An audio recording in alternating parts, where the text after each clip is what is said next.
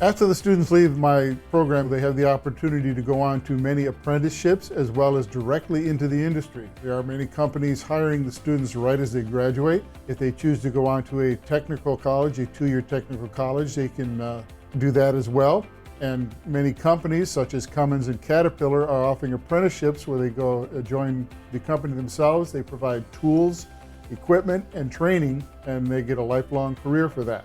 I don't really work well with a book. I actually work well with my hands. I'm more of a hands-on learner. I'm not really at this school much. I'm on work study, so I go to work for 4 days a week, come here one day.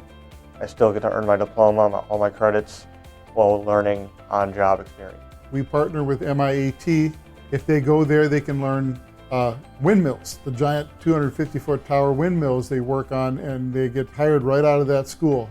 Also, Caterpillar, Michigan Caterpillar has large V12 and V16 engines that they use for generating power as well.